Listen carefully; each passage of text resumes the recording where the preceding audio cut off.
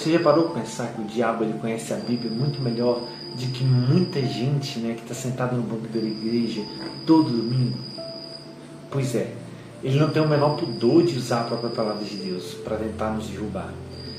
A gente começou agora nesse tempo de quaresma, né, e o Evangelho ele já nos vai colocando de frente com uma realidade que muita gente tenta ignorar, tenta tratar como se fosse apenas uma metáfora, né?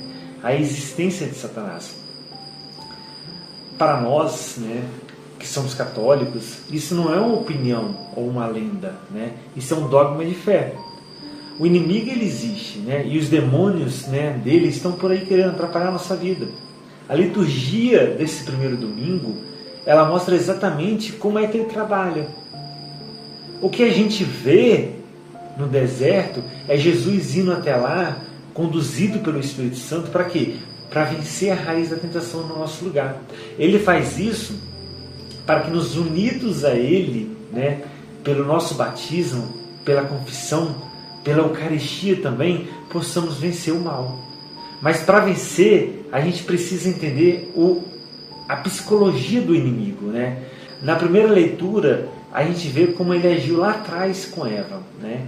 Ele trabalha no campo das ideias, né? Ele chega de mansinho, começa a plantar a dúvida. Será que Deus disse isso mesmo? Será que Deus disse que não pode comer nada? Né? Ele tenta ferir a nossa confiança em Deus como Pai. Ele quer que a gente acredite que a vida com Deus é chata, que é cheia de proibições, que Deus no fundo é um carrasco, que Ele não quer que a gente cresça. A estratégia dele é fazer que a gente acredite que o bom mesmo é ser o nosso próprio Deus, né? Ditar as nossas próprias regras, decidir por conta própria o que é certo, o que é errado, sem precisar prestar conta nenhuma, né? Sem precisar dar satisfação para ninguém. E aí a gente cai nisso, com uma facilidade tão incrível, a gente olha para o fruto que parece atraente, que parece que vai dar conhecimento, e faz uma confusão mental danada. O pecado entra no mundo justamente quando a gente para de ouvir a Deus, para dar ouvidas a essas ideias tortas. Agora olha, a diferença de quanto ele chega para tentar Jesus. Jesus, ele estava em jejum, né, há 40 dias. Ele é homem, né? Ele sentiu fome, sentiu cansaço, sentiu o limite da condição humana. E é exatamente aí, na nossa fragilidade, na nossa hora de desemprego, na doença, na dívida, daquela carência emocional profunda, que o tentador ele tenta se aproximar. Mas repara que ele não ataca mais só o campo das ideias, ele ataca a identidade. Se és filho de Deus, faz essa pedra virar pão. Essa é a tentação mais terrível que existe, né? O questionamento da nossa filiação. Se você é mesmo filho de Deus, por que você está sofrendo tanto? Se Deus te ama tanto, por que Ele não resolve seus problemas agora?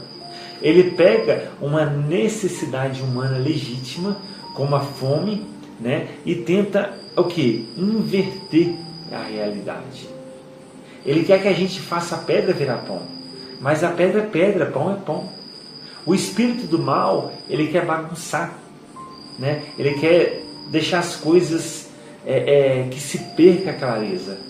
Ele sugere que a gente use o nosso relacionamento com Deus para obter vantagens mágicas, prazeres físicos imediatos. É aí que entra a nossa maior arma. Jesus não ficou discutindo com o diabo, com base em opiniões, por exemplo, pessoais. Para cada investida ele respondia, está escrito. Ele usava a palavra de Deus como um escudo, como uma espada. Não só de pão viverá o homem, mas de toda a palavra que sai da boca de Deus. Você entendeu o poder disso? A palavra de Deus, ela nos alimenta de verdade. Ela tem mais substância do que o dinheiro, do que o carro novo, do que qualquer prazer passageiro. Mas o inimigo, ele é tão cínico que ele, na segunda tentativa, ele também cita a Bíblia. Ele diz para Jesus se jogar do alto do templo, porque está escrito que os anjos o protegeriam. E é o que acontece muito hoje em dia. Muitas pessoas que pegam um texto, né, fora de contexto para criar um pretexto. Usam frases como Deus é amor, ou não julgueis para justificar qualquer coisa, vive uma vida longe da verdade. Por isso que a gente precisa conhecer a fundo as Escrituras. Jesus rebateu de imediato, também está escrito, não tentarás o Senhor teu Deus. A gente precisa ter palavra na ponta da língua, na inteligência, na memória.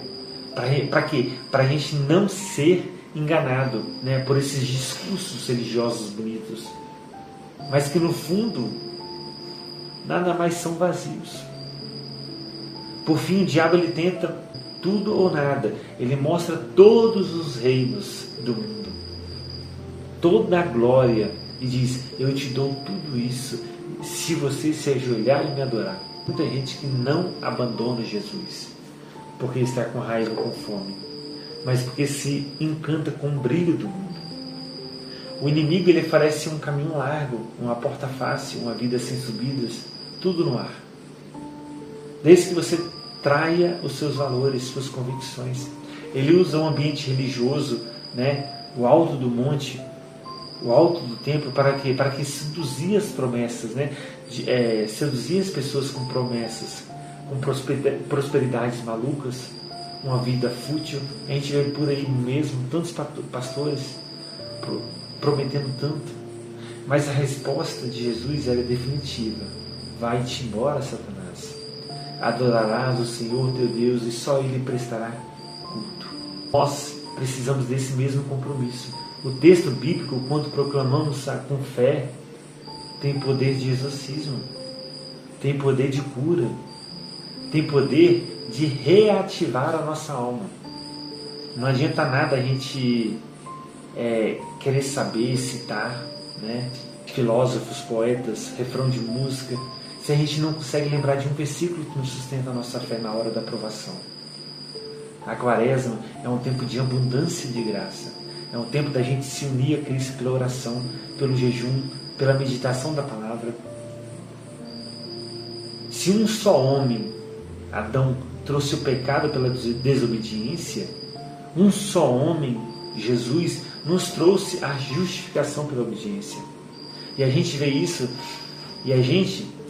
se refletir os homens justos até hoje, como São José, que por sua justiça e silêncio se tornou o canal de tantas bênçãos. Se você procurar ser justo, se você se mantiver firme, você também será um canal de bênçãos para os outros. O Evangelho termina dizendo que depois que Jesus resistiu ao diabo, ele deixou os anjos se aproximarem para servi-lo.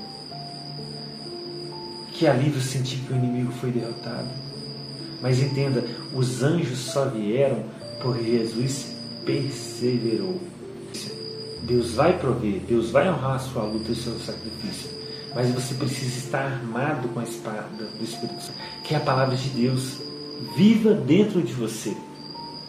Que essa semana você possa mergulhar mais no que está escrito, para que nenhuma ideia torta, né, nenhuma tentação sobre a sua identidade tire o caminho de Deus.